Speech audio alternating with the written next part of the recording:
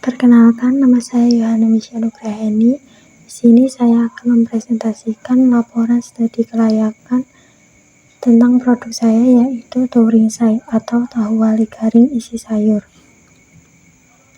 Pembahasan kali ini yaitu yang pertama pendahuluan, yang kedua aspek pasar dan pemasaran, yang ketiga aspek teknis dan teknologi, yang keempat aspek manajemen dan organisasi, yang kelima aspek hukum dan legalitas, yang keenam aspek ekonomi dan keuangan, lalu yang terakhir yaitu kesimpulan.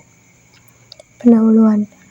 Latar belakang dibuatnya laporan studi kelayakan ini yaitu untuk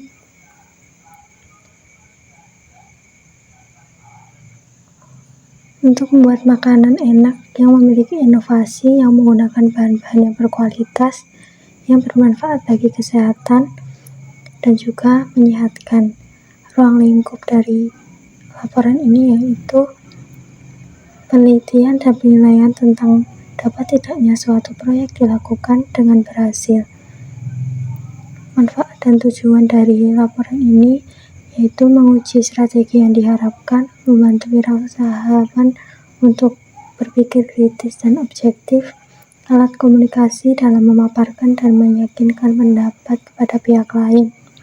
Tujuan dari penyusunan laporan ini untuk memenuhi tugas mata kuliah, analisa dan perancangan perusahaan, membuat mahasiswa lebih kreatif dalam membuat ide bisnis, dan melatih mahasiswa agar dapat berwirausahawan dengan baik.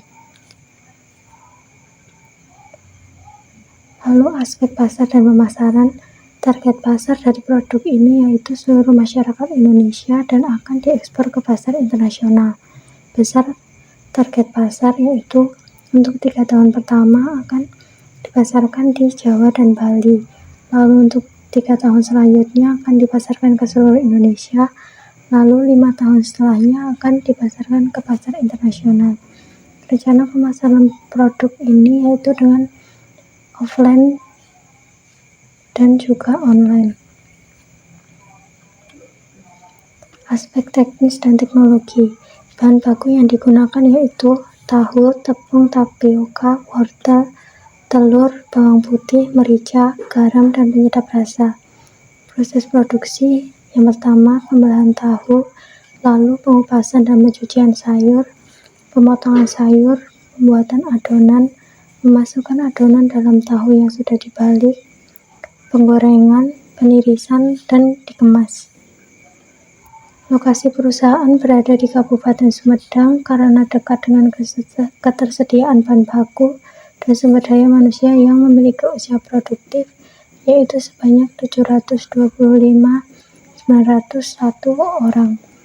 Peralatan dan mesin yang digunakan yaitu mesin pemotong tahu, mesin pencuci sayur, mesin pemotong sayur, mesin pencampur adonan, mesin penggoreng, peralatan dan mesinnya, mesin spinner, mesin pengemas, generator, dan pompa air, dengan jumlah dana sebesar Rp1.140.000.000.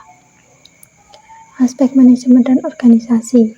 Struktur organisasi yaitu dimulai dari direktur, general manager, lalu ada manajer sales, manajer marketing, manajer keuangan, manajer personalia, manajer produksi, manajer QC, dan manajer teknisi. Lalu disertai dengan staf-stafnya. Kompensasi yang diberikan untuk para karyawan yaitu jaminan pemeliharaan kesehatan, jaminan tenaga kerja, bantuan perbaikan rumah, beasiswa pendidikan, dan tunjangan hari raya. Aspek hukum dan legalitas. Bentuk perusahaan yaitu CV atau perseroan komanditar, yang merupakan badan usaha yang didirikan oleh lebih dari 1 orang. Alasan memilih CV karena CV tidak ada modal minimal, nama perusahaan lebih sesuai, dan sistem pengambilan keputusan lebih cepat karena dapat mengambil keputusan secara langsung tanpa harus melalui proses rapat dan melakukan eksekusi untuk kepentingan perusahaan. Prosedur perizinan dapat dibaca pada laporan halaman 17. Lembaga terkait dengan perusahaan yaitu yang pertama, Kementerian Perindustrian, yang kedua, Badan Pengawas Obat dan Makanan, yang ketiga, lembaga keuangan. Aspek ekonomi dan keuangan. Perkiraan modal kerja yaitu dari bahan baku, kemasan, tenaga kerja, maintenance, dan lain-lain dengan jumlah Rp894.900.000 dan perkiraan biaya investasi dari peralatan, sertifikasi, dan aset bangunan dengan jumlah Rp3.105.500.000. Perkiraan harga pokok produksi yaitu diambil dari biaya produksi dibagi jumlah unit produksi, yaitu biaya produksi sebesar Rp894.900.000 dibagi 42.000 jumlah unit produksi. Jadi harga pokok produksi per buah sekitar Rp21.307. Perkiraan laba dan rugi. Perkiraan laba mencapai Rp1.275.700.000 per tahun apabila penjualan mencapai target 100%. Perkiraan rugi sebesar Rp151.200.000 setiap 1% dari total produk yang tidak terjual. Sumber pembiayaan diperoleh dari dana patungan yang dikumpulkan oleh beberapa orang sebagai pendiri perusahaan. Analisis investasi dan kelayakan menggunakan metode buyback.